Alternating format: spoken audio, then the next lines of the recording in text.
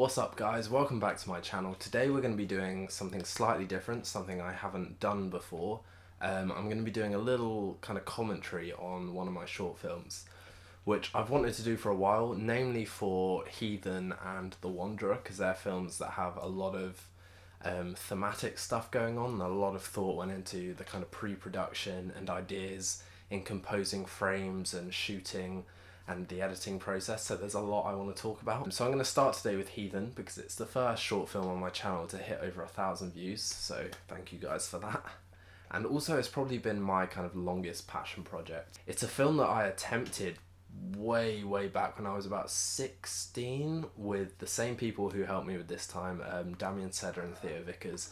Back when we were just kind of, me and Theo were massive fans of Vikings, just kind of discovering our interest in filmmaking, and so we decided that a feature-length Viking film wouldn't be too ambitious to make on a zero budget. So we started shooting that way back when I had a man bun and not a receding hairline, and it was a mess basically. We shot some really good footage, and we treated it as a kind of a learning curve in terms of our planning process, our ambition, and maybe scaling it back to what actual resources and locations we had to offer. So we had a lot of the costumes and kit, and it was just a sense of kind of coming back to our roots, refining it and condensing it down into the heart of what we wanted to make, which was ultimately at that time we just wanted to swing some swords on camera. So the idea for what became the short film Heathen grew out of that central interest in wanting to make a fight sequence, an action sequence, try our hand at a bit of choreography, because up to then in my short films I hadn't really done any of that on the screen. So it was a new challenge to face, and kind of go back and try and avoid a lot of the problems we ran into back when we were in year 12, I think 13 at school.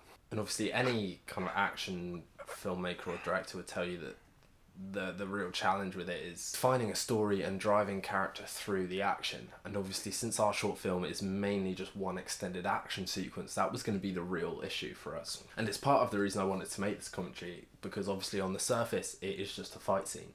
It's, a Saxon warrior, a Viking warrior just fighting to the death.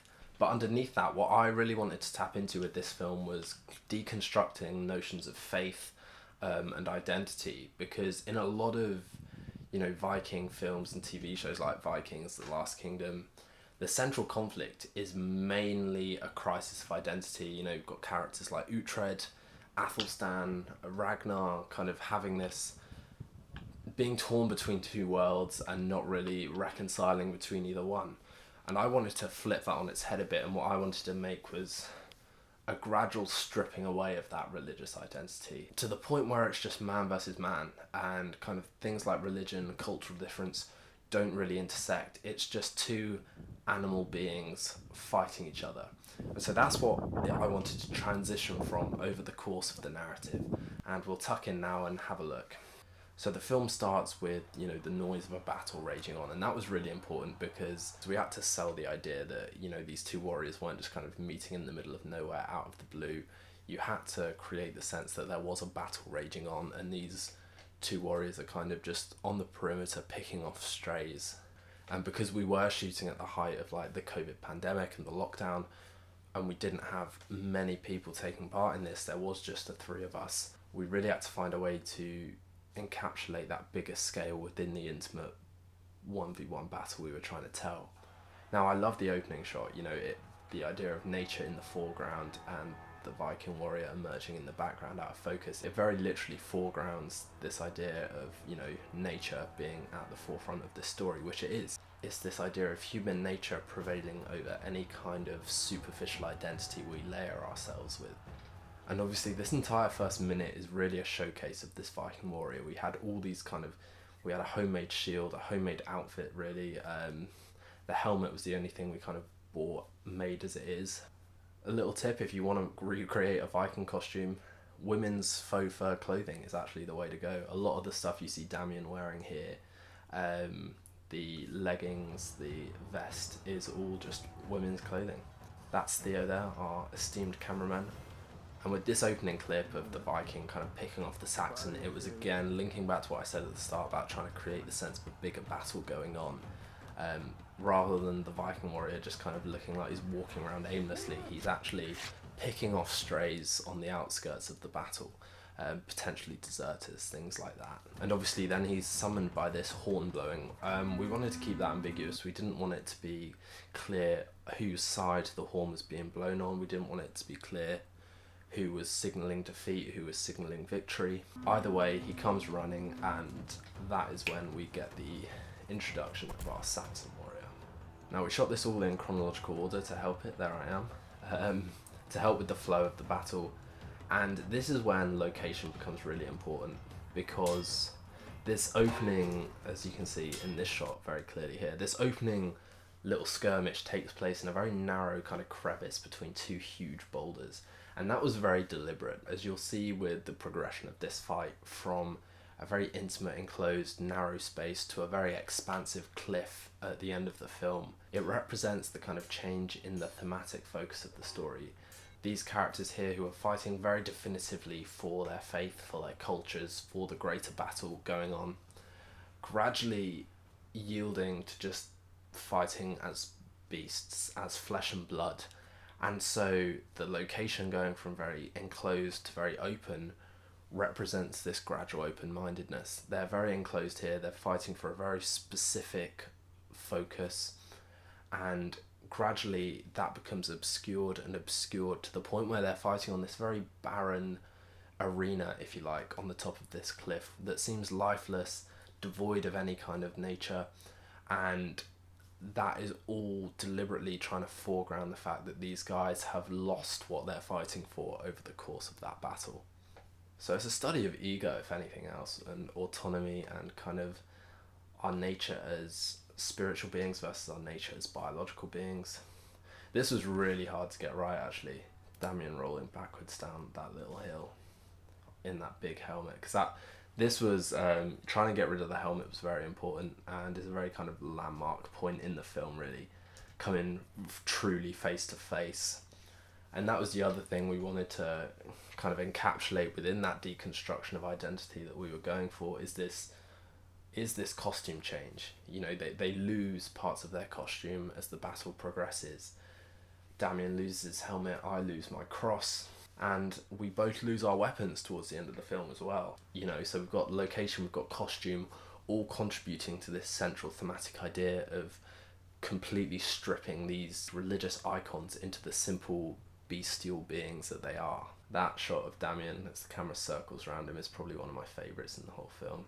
Very Revenant-esque, or reminiscent of Jason Momoa in Frontier and Sea. This was a fantastic manoeuvre by Theo here. It's not very obvious, but he actually goes under me and Damien as our swords clash above. And that was very hard to work with, particularly in this environment. We were shooting with a wide angle lens, so it looks very spacious, but the actual physicality of moving around in this closed space, particularly when you're the cameraman and have to kind of get close but also trying to avoid getting hit, really made Theo a kind of third member of this dance.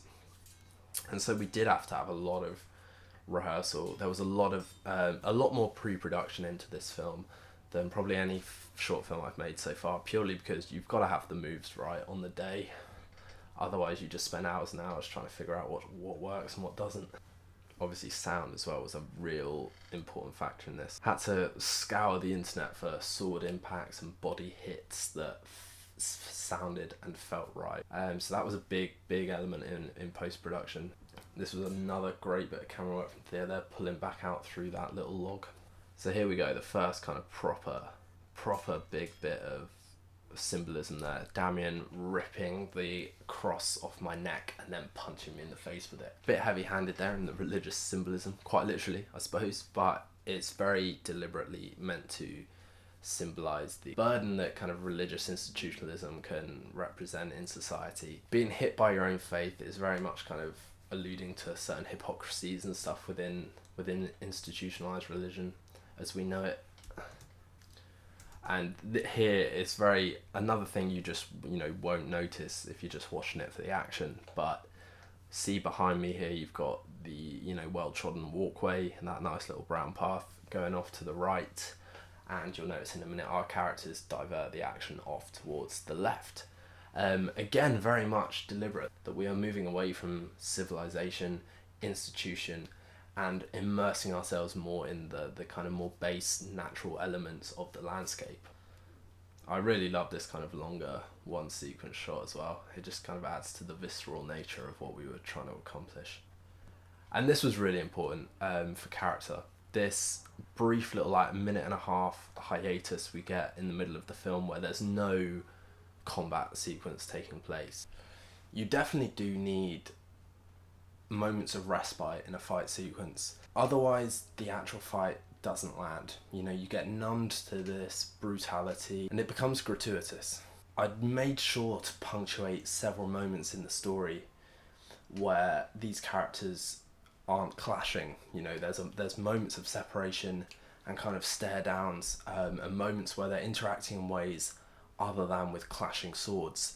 And this is really, in my opinion, the turning point in the film. We get a transition from this very kind of heavy, aggressive soundtrack to a more choral, and I suppose in a way then Christian soundtrack. So we've got a soundtrack in this film representing both halves of the faith being explored. But the reason why I put this soundtrack over the second half is because it felt somber and peaceful at the same time, which is really what I'd wanted to embody with these final few minutes of the film. And when I say this is the turning point, that's because you see these characters, taking a breath, taking a moment, and then these battle horns go in the distance. It's kind of a slight... It's not a very intrusive background noise, but what it represents for their characters is very pervasive. We see the Saxon and the Viking look off into the distance. They hear this. For one of them, it means they've lost. For the other, it means they've won. We don't know which, and that's very deliberate because it doesn't matter. Because what happens next is much more important. They both look at each other. They both look off to the distance. And then they walk away. They both walk in the opposite direction. And that really brings it back to the central conflict that I wanted to explore. This idea of ego, this idea of they're in this for the fight. They're predators. They're animal beings who have felt threat to their authority. This is now no longer a battle of faith. It's no longer a battle of cultural difference. This is just a battle between two biological beings fighting to be the alpha. And this bit was really hard. We'd had choreographed quite a long sequence for this bit. Now when you look at this location, there's quite a big incline. The ground was kind of this very gravelly, chalky rock, and though we had prepared a lot of choreography, we'd rehearsed several days before, so we knew what we were going to be trying to pull off on the day. When we got there, because it was so hard to get each other on the same level, and then from this bit on, you see it in this next shot, I'm literally several meters below Damien. It's very hard to be within sword's reach of each other, and that is when we decided to scrap the choreography for this bit. From this bit down to the final bit where we're going hand to hand, we very much improvised this on the day, and we thought it would give it a very scrappy, desperate look, which is what we wanted to go for, really. This transition from very elite swordsmen to very exhausted, desperate men just fighting to stay alive. And then this begins the disarm sequence. That was a very hard shot to get right.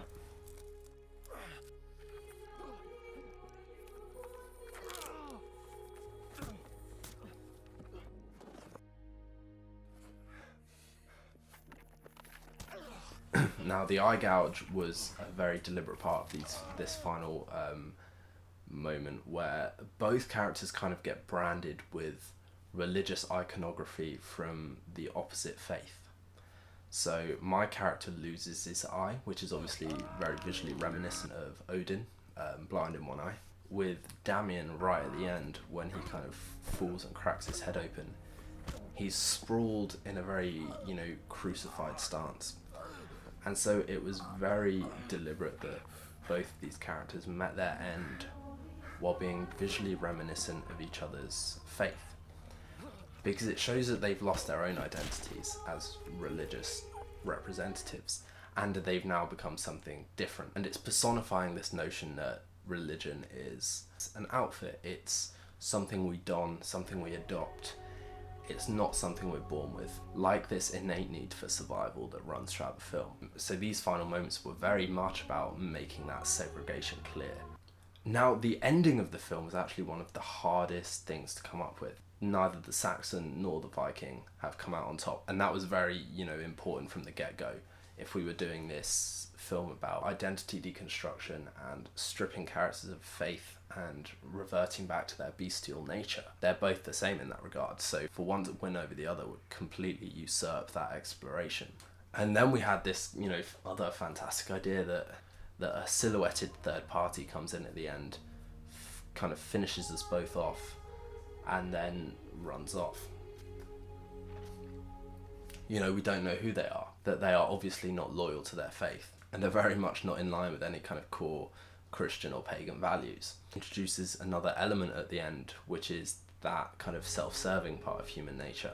And again, that's played by Theo, playing another NPC in these final moments of the film. But I just love that out of focus. The natural lighting really lent this film a kind of Alejandro Iñárritu Revenant kind of look that I love. I love shooting in natural light. I just think it gives a film such a refreshing quality. But thank you for watching, and I will see you soon.